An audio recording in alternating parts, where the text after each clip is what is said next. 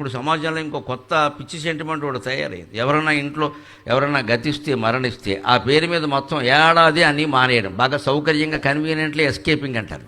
సుఖంగా మానేసి ఉంటే కాఫీ మానరు, టీ మానరు, మినపరొట్టి మానరు, ఎదురు వాళ్ళని తిట్టడం మానరు, ఇవన్నీ మానేస్తారు. మా మామగారు పోయారండి, నీ వల్ల పోయాడు, ఏం చేస్తావు ఇక్కడ, ఉండలేకపోయాడు. ఇంక ఏదో వంక గుళ్ళోకి వెళ్ళొచ్చు. గుళ్ళోకి మీ మామగారికి సంబంధం ఏంటి?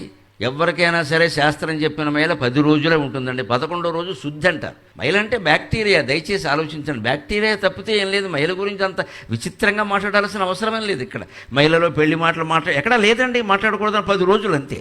ఓ ఏడాది పాటు ఆపేస్తారా? ఏమవుతుంది?